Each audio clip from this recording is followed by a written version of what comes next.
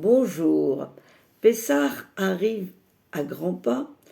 Nous arrivons bientôt à la fête de Pessah et pour ça, je voudrais vous parler un peu de la matzah. Alors, qu'est-ce qu'on peut dire à propos de la matzah? Du point de vue nutritionnel, une matzah équivaut à 2 tranches de pain normal ou bien même à 4 tranches de pain allégé. Donc, il faut le savoir. Et quelquefois, il se trouve que pour certaines personnes, la matzah rassasie moins. Donc, on a tendance à en manger moins que le pain, pardon. Donc, on pourrait avoir tendance à en manger plus. Alors, bon, ça c'est pour la matzah normale. Mais ce qu'on peut faire aussi, c'est prendre de la matzah avec de la farine complète ou bien avec de la farine de seigle, ce qui fait que déjà, si on prend ce genre de matzah avec la farine complète de la farine de seigle, il va y avoir plus de fibres alimentaires, plus de vitamines, plus de minéraux, donc ça va déjà plus nous rassasier. Donc c'est aussi une option de prendre les matzahs avec de la farine complète, avec une autre farine plus riche et plus en vitamines et en minéraux. Autre chose, on essaye de ne pas en manger toute la journée, tous les jours, durant Pessah. Par exemple, si on a pris l'habitude durant l'année de prendre de la matzah, du pain, pardon, une fois par jour, disons le matin, si vous avez l'habitude de prendre la matzah une fois par jour, alors oui, essayons de prendre la matzah aussi une fois par jour, le matin, ou bien le midi, ou bien le soir, mais enfin une fois par jour. Ça, c'est pour ne pas avoir un surplus, d'accord? Autre chose, la matzah est un peu sèche, et elle a tendance, certaines personnes ont tendance à avoir un peu de constipation, très passagère normalement, mais parce que ça peut nous embêter. Donc qu'est-ce qu'on fait?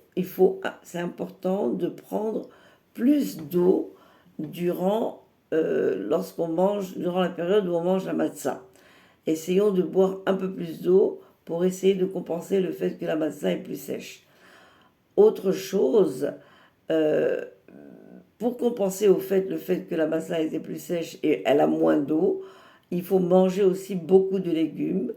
Et légumes étant riches en eau, mais aussi en vitamines, en minéraux et en fibres alimentaires. Donc tout ça va compenser. Mis à part ça, les légumes sont toujours très intéressants à prendre, quel que soit le moment de l'année. Toujours légumes crus, légumes cuits. Ça, c'est sûr et certain, il faut en manger. Autre chose à propos de la matzah, comme la matzah est plus large et plus grande, on aura tendance, si on veut tartiner quelque chose dessus, eh ben, c'est sûr qu'on va tartiner un peu plus de choses dessus. Donc ça, il faut le prendre en compte. Il faut le prendre en compte et sachant que on va mettre plus de choses à tartiner, que ce soit un avocat ou autre chose. Donc, c'est important de prendre en compte tout ça. En fait, euh, d'une façon générale, on mange, on mange plus la matzah, si on peut, une seule fois par jour, de la même façon qu'on mange du pain une seule fois par jour. On peut manger, boire beaucoup d'eau, prendre des légumes en même temps que l'on mange la matzah. Euh, aussi,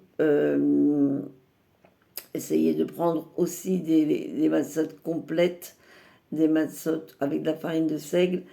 Tous ces petits conseils, c'est pour ne pas avoir de désagréments personne, du point de vue du système digestif, du point de vue gastrique.